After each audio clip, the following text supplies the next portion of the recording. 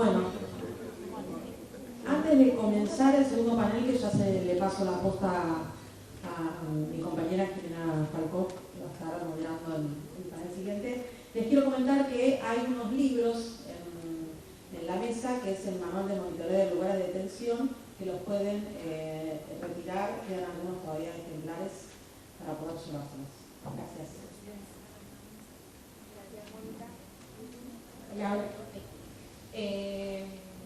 Bueno, sí, primero un agradecimiento para poder continuar con este segundo panel, este espacio. La verdad que tenemos invitadas de lujo y me da un placer enorme poder estar moderándolo. Teniendo presente lo que fue el primer panel y teniendo hallazgos muy frescos lo que es la complicación del cupo y la cantidad y la sobrepoblación, me parece que pasar a hablar de la prisión perpetua es una conexión directa que es necesaria, ¿sí? Porque no solo son personas que están con penas cortas, largas, medianas, sino que personas que directamente no tienen una cuestión temporal que puedan establecer de cuándo van a egresar del sistema penitenciario. En este sentido, creímos fundamental a cada una de estas invitadas por su trayectoria y por sus trabajos personales. En primer lugar, va a hablar la doctora Silvia Edith Martínez, que es abogada, especialista en Derecho Penal de la Universidad Torcuato Di Tella, es defensora pública en lo criminal en la República Argentina desde el 17 de abril de 1993, es defensora pública interamericana de la Corte Interamericana de Derechos Humanos y la Comisión Interamericana de Derechos Humanos, designada en los periodos que van desde 2013 hasta el periodo que finaliza en 2025. Es profesora adjunta de Derecho Penal de la Facultad de la UBA y también es miembro de la comisión directiva de la IACFP. Le damos la bienvenida. Bueno, muchas gracias a los organizadores por generar este espacio de discusión tan necesario en estos días, por haber invitado a ser parte de él, y muchas gracias al público presente interesado en esta temática. Hace que no nos sintamos tan solos y tan solas quienes trabajamos en estas cuestiones hace muchos años. Me han pedido que desarrolle en 20 minutos el planteo central de un caso que llevamos ante el sistema interamericano desde la Defensoría General de la Nación, que es el caso Álvarez, donde se discute la compatibilidad de la prisión perpetua a nuestro criterio materialmente perpetua con la Convención Americana de Derechos Humanos. Tenemos muy poco tiempo, así que voy a tratar de ser muy concreta y eventualmente si hay algún minuto luego para preguntas podemos ampliar algunas cosas que voy a mencionar muy al pasar. El caso Álvarez, les cuento un poco primero, antes de hablar de los estándares que nosotros entendemos aplicables, las circunstancias del caso. El señor Álvarez está condenado desde octubre del año 99, condena que quedó firme en septiembre del año 2001, a la pena de prisión perpetua más la accesoria de reclusión por tiempo indeterminado del artículo 52.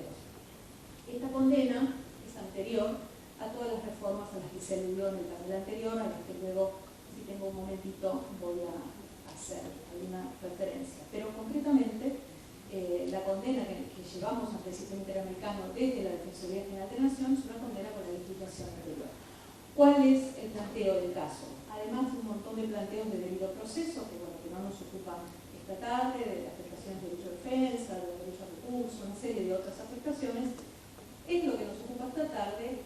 El planteo es que ese tipo de pena es normativamente una pena materialmente perpetua y por lo tanto incompatible con el artículo 5.6 de la Convención Americana y 7.3 de la Convención Americana.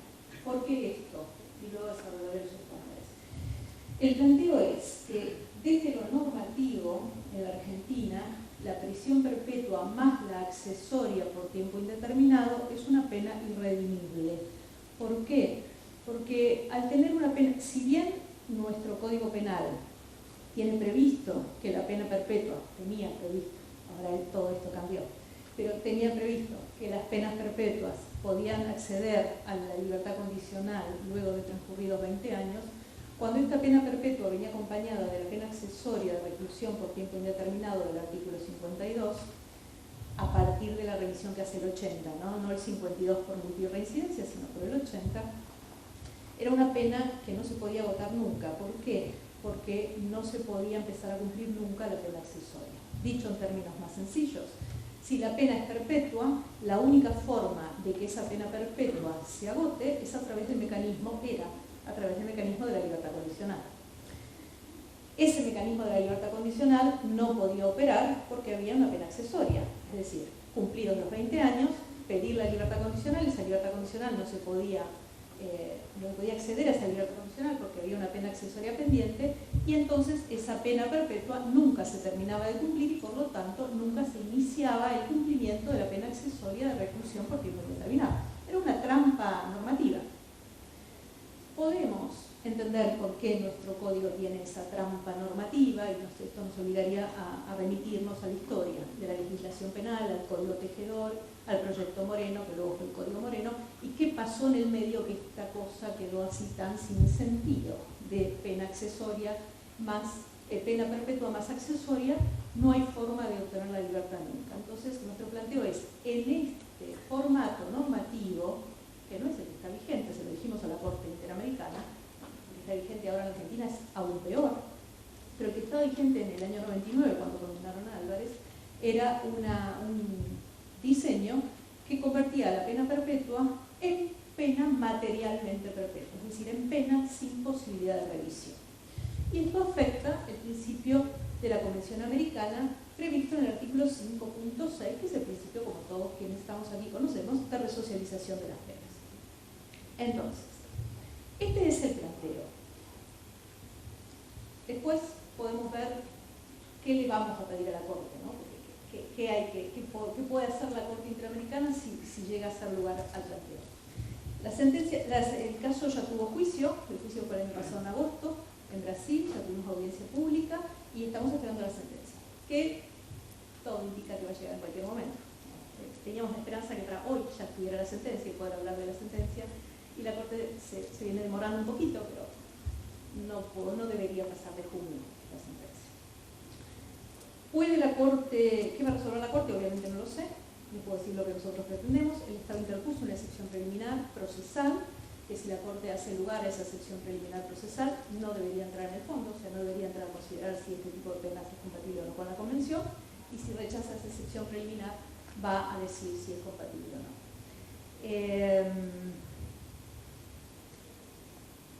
¿Qué planteamos nosotros? Bueno, planteamos que la Convención Americana, a diferencia del Convenio Europeo de Derechos Humanos, y esto es importante, tiene expresamente previsto en su artículo 5.6 que las penas tienen por fin la resocialización. El Convenio Europeo no tiene prevista la finalidad de la pena. Y esta es una diferencia normativa muy importante cuando leemos los precedentes en esta materia del Tribunal Europeo. ¿Por qué? Porque la Corte Interamericana no se pronunció nunca sobre la compatibilidad de las prisiones perpetuas con la Convención Americana en mayores.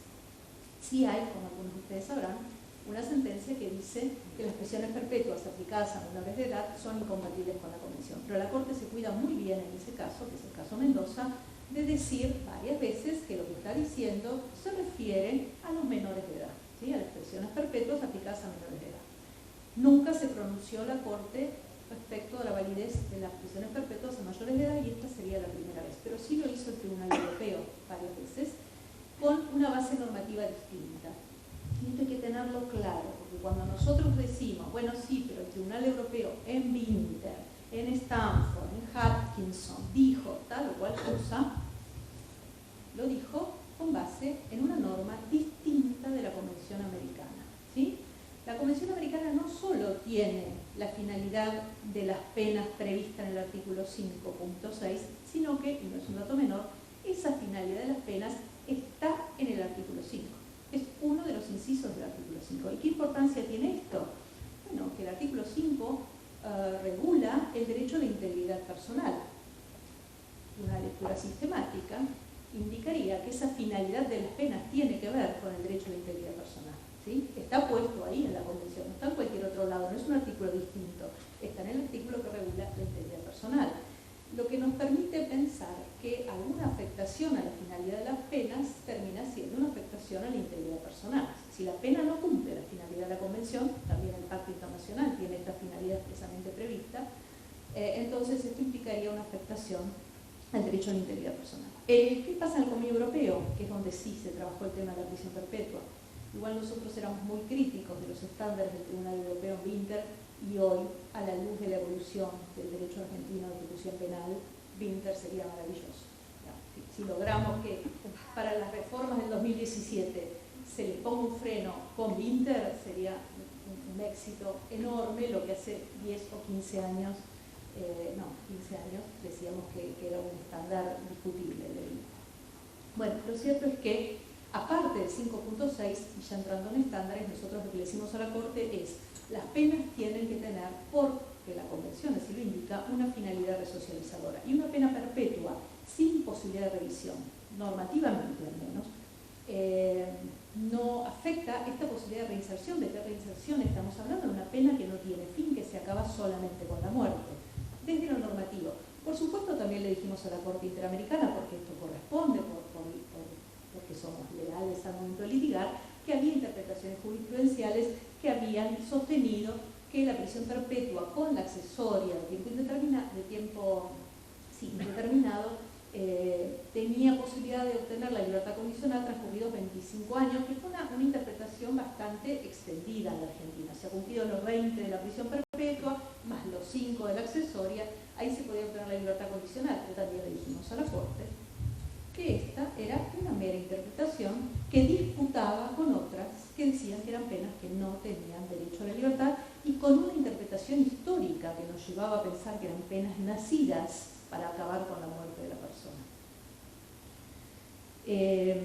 Entonces, si una pena es irredimible, esto es muy elemental verlo, que se contrapone con la finalidad de resocialización. Pero no solo esto, una pena de este tipo, sin posibilidad de revisión, lo que va a generar es además una afectación del artículo 7.3 de la Convención Americana, porque se va a convertir en una pena arbitraria, aún siendo legal.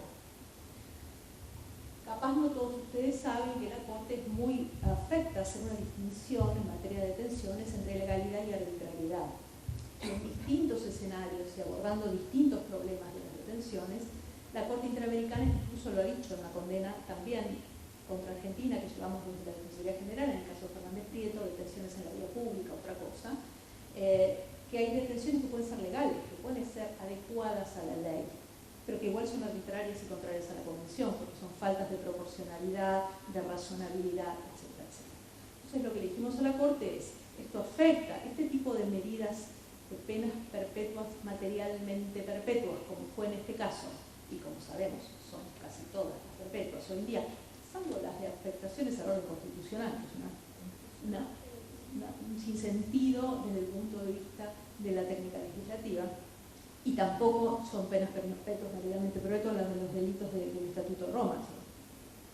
Digamos, la proporcionalidad no a diciembre, a marzo, la llevamos desde el punto de vista legislativo a la Argentina. Lo cierto es que, estamos, ¿no? 5 minutos, ¿tengo también?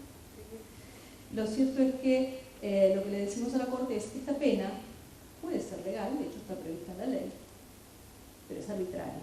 ¿Por qué es arbitraria? Porque es desproporcional, porque afecta al principio, afecta a la finalidad de las penas, porque es irrazonable.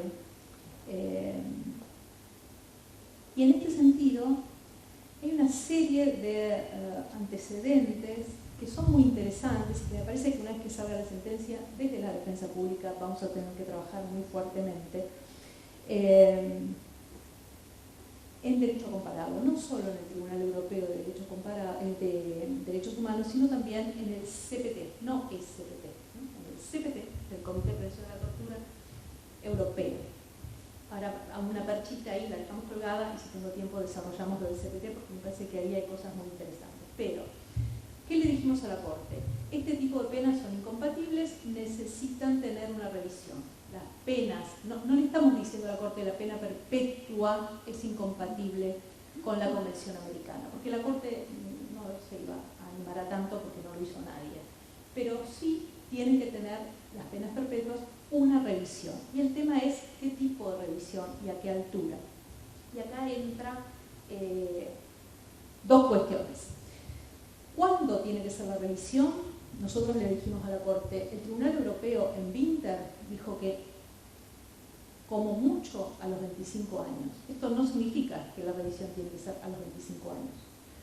Como mucho a los 25 años. ¿Y por qué? Porque se lo estaba diciendo Inglaterra, que me gustaría tener tiempo de explicarles cómo es el sistema de Inglaterra, que tiene un sistema de tasa en prisión perpetua y plus, de tasa de retribución y plus de neutralización que la Corte, el Tribunal Europeo se metió con eso, no tengo tiempo de explicarlo, pero no es casual que le haya dicho a Inglaterra 25 años y que el CPT haya dicho ya en el año 73 que la revisión de las penas perpetuas en sí mismas no son incompatibles con el sistema europeo, tiene que tener una revisión, si no antes, dice el CPT, si no antes, entre los 8 y los 12 años.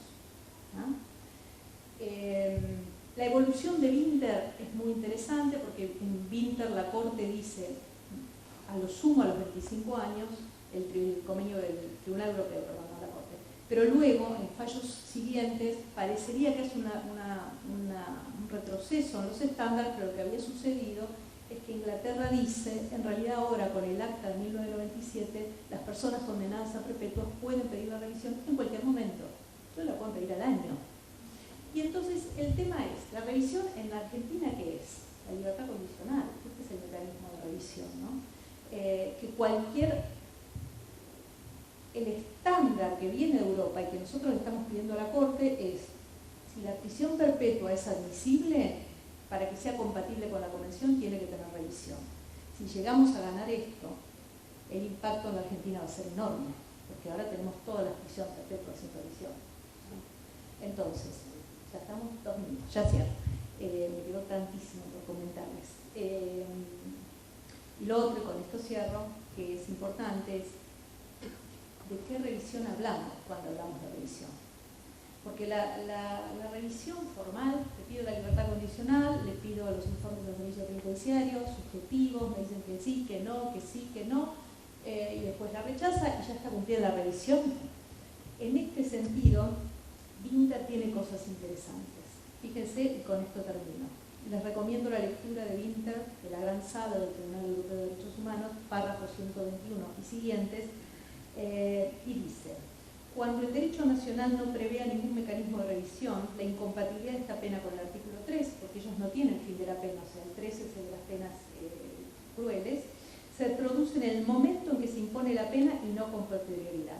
La persona debe saber desde el primer momento lo que debe hacer y bajo qué condiciones para obtener la libertad condicional. O sea, en el momento en que le impongo la pena, el tribunal le tiene que saber a la persona qué es lo que tiene que hacer, qué condiciones concretas, cosas concretas. Tienen que hacer A, B, C, D en estas condiciones y después vamos a evaluar a los X años si las cumpliste para revisar la necesidad de continuar con esa prisión perpetua o, por el contrario, decir que esa prisión perpetua es mera neutralización, que ya no tiene ningún sentido desde el punto de vista penológico y que debe cesar.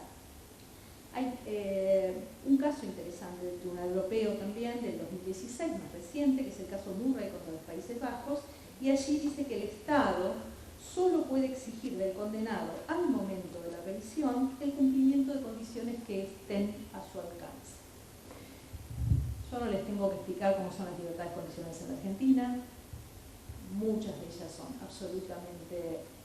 procesos absolutamente subjetivos, porque nuestra legislación es deficiente en este sentido, y entonces lo que le estamos diciendo a la Corte es: señores, la pena es incompatible con es materialmente perpetua, para que sea compatible tiene que tener un proceso de revisión en un tiempo razonable, y ese proceso de revisión tiene que ser objetivo y controlable. No puede estar cerrado sobre cuestiones meramente subjetivas, ¿sí? Todo esto podríamos ampliarlo, me quedé sin tiempo, así que muchas gracias por su atención.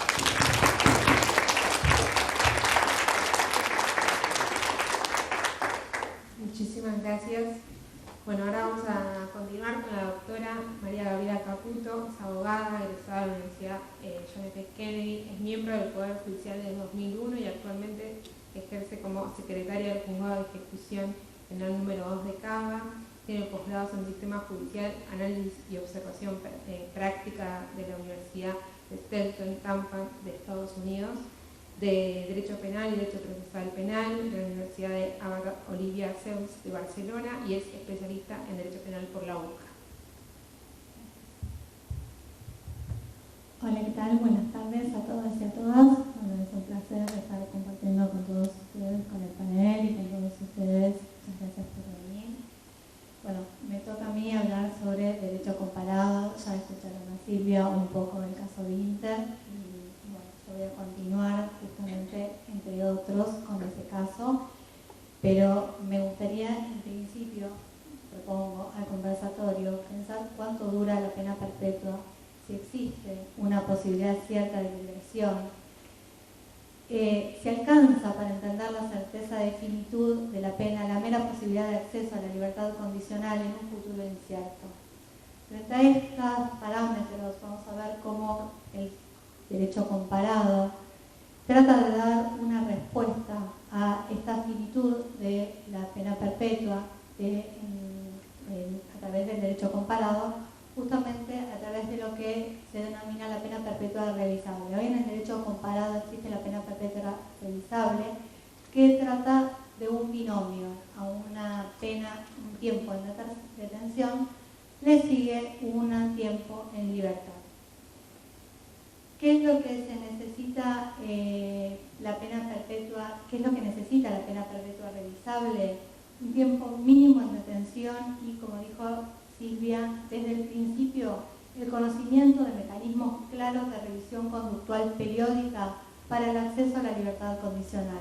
Es decir, el detenido debe conocer cuáles son los estándares que debe alcanzar para obtener su libertad condicional.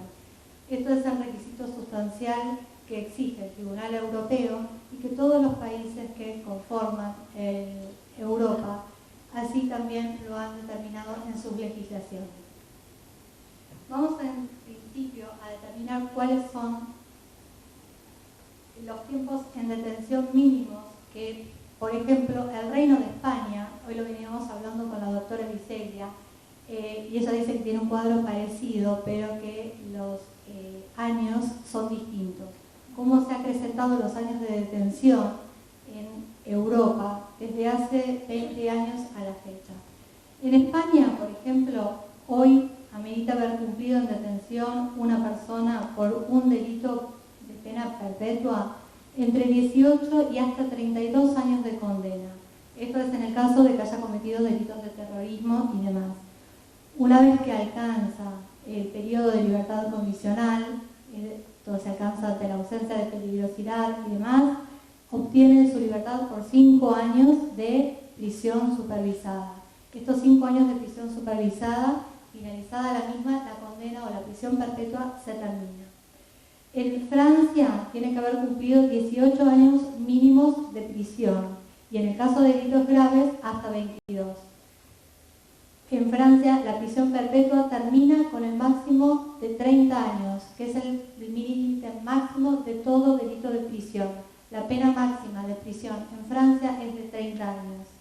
En la República Federal de Alemania tiene que haber cumplido un tiempo mínimo de detención de 15 años y de hasta 19 años en los delitos más graves. Y luego se le otorga la libertad condicional por 5 años. Cumplido esa libertad condicional de 5 años, la pena perpetua queda extinguida. En la República Italiana, la pena perpetua revisable se llama ergástolo. Tiene que haber cumplido 26 años de prisión, pero estos 26 años de prisión pueden ser reducidos en el caso de que una persona que haya cometido un delito mafioso decida colaborar con la justicia. En ese caso, se le reducen estos 26 años y tiene que además mostrarse arrepentido. En este caso, se le otorga la libertad condicional por 5 años y luego de ello la pena queda extinta. En el caso de Inglaterra, bueno, algo nos adelantó acá Silvia, si bien el sistema de Inglaterra es complejo, en Escocia no existe la prisión perpetua en su ordenamiento jurídico, en perdón, en Irlanda no existe, en Escocia no existe, en Gales e Inglaterra sí existe la prisión perpetua y la prisión perpetua revisable. La prisión perpetua es haber transcurrido entre 12 y 30 años, en los supuestos más graves, 30 años, y en ese caso, en el caso de haber violado alguna regla de conducta en la prisión de la libertad condicional, la prisión perpetua se convierte en prisión perpetua real. Es decir, no tiene ningún tipo de posibilidad de acceso a una libertad condicionada. Sí. Con respecto a los casos que llegan al Tribunal Europeo de Derechos Humanos, llegan a través de la revisión por la conculcación de la garantía de la violación de las penas inhumanas o degradantes, es decir, por haber conculcado el artículo 3 de la Convención Europea de Derechos Humanos. Las reflexiones argumentativas del Tribunal Europeo giran en torno a algunas cuestiones que son que desde el inicio de la condena tiene que haber mecanismos claros de revisión, como dijo Silvia, el tiempo mínimo de cumplimiento de la condena. Esto también debe estar aclarado desde el inicio de la condena y por sobre todas las cosas la ausencia de peligrosidad. Si bien el Tribunal Europeo entiende que no va a meterse dentro de la legislación de cada país, que el tiempo mínimo también corresponde a la legislación doméstica de cada país, sí insiste en que estas cuestiones deben ser claras al momento de dictar la sentencia condenatoria de prisión perpetua. Así lo ha fallado en Winter versus Reino Unido, en donde dice que 25 años, hasta 25 años, es un plazo razonable que vuelve cierta una posibilidad cierta de liberación. Lo mismo dicho en el caso Hutchinson versus Reino Unido en el 2017.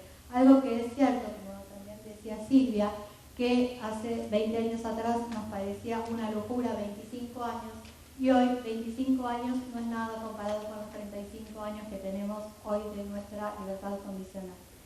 En el caso Boudin versus Francia también habla de 36 años el Tribunal Europeo, garantizándose así una perspectiva cierta de liberación, mientras que en el caso TPAT versus Hungría, cuando dice que la revisión le va a acontecer a los 40 años, así lo dispuso el Tribunal húngaro, en realidad dice que no se ofrece en este caso una inequívoca posibilidad de liberación, por lo que considera que esta normativa o que esta sentencia resulta incompatible con el artículo 3 de la Convención Europea de Derechos Humanos. Entonces, si nosotros tenemos 35, imagínense si el Tribunal Europeo tendría que abocarse al caso Álvarez, por ejemplo, sería beneficioso. Así que, bueno. Y después tenemos el caso Marcelo Viola versus Italia, que es esta cuestión que les había mencionado, respecto de la posibilidad de arrepentirse y que esta cuestión de que el arrepentimiento juega a favor de la reducción del tiempo en detención. En este caso, el Tribunal Europeo dijo que no entendía cómo esa libre elección de colaboración podía equipararse con la falta o la ausencia de peligrosidad en el autor. Entonces, al no quedar clara, prefería no utilizar esa enmienda o esa equiparación para reducir esos 26 años. En el caso de Latinoamérica, somos 8 los países que tenemos la prisión perpetua.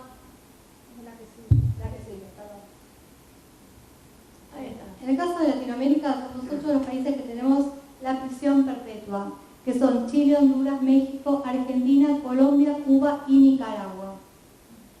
En el caso de Cuba, Colombia y Nicaragua, la impusieron durante estos últimos 3 años.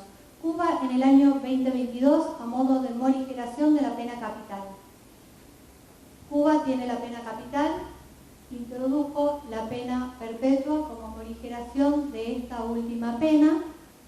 Tienen que estar, las personas que tengan la pena capital pueden optar por estar 30 años condenados a prisión perpetua y en caso de que luego de 30 años se advierta que continúan siendo un peligro para la sociedad, se les otorga la pena capital. En Colombia tienen que estar 25 años detenidos, mientras que en Nicaragua se instaló, en el año 2021 estaba proscripta la prisión perpetua y se instaló la prisión perpetua por delitos de odio. No está establecido que son los delitos de odio, así que estamos esperando que se decida que son los delitos de odio.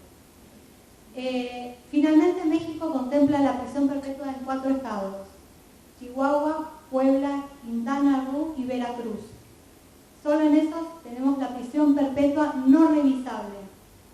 Y en Argentina solamente tenemos la prisión perpetua revisable, es decir, con acceso a libertad condicional, en 4 delitos, que son los 4 que mencionó justamente Silvia, que son justamente los delitos de la privación ilegítima de libertad cumplida por un funcionario público del 142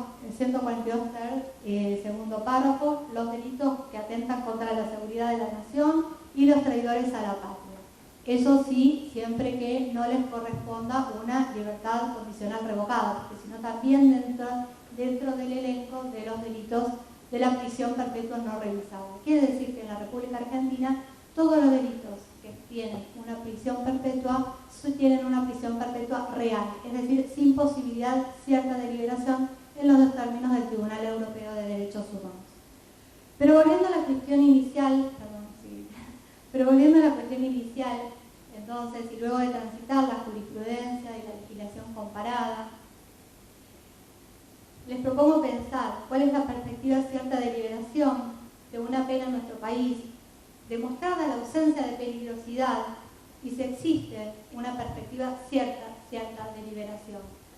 A todos nos aúna la mirada sobre una convivencia pacífica y del mejoramiento de la sociedad por esa vía. Pero hoy sabemos que hay que reescribir un contrato social. El Poder Judicial debe garantizar la aplicación de estándares normativos convencionales y constitucionales a los conflictos que se plantean, que no son más que conflictos sociales y que derivan en conflictos penales. ¿Y qué reclama hoy la sociedad o las víctimas de los delitos del Poder Judicial?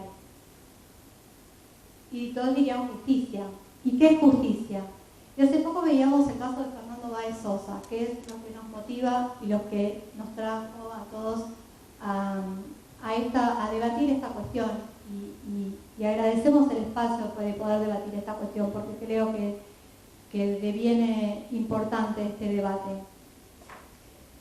¿Qué nos pedían? ¿Qué pedían todos? Había carteles en los noticieros que decían justicia es perpetua. Y justicia no es perpetua, justicia es, considero, que no haya impunidad. Y a veces cuando uno entrevista a las víctimas y cuando uno veía a los padres de Fernando Báez Sosa, ellos no decían queremos justicia, pero queremos saber por qué lo hicieron.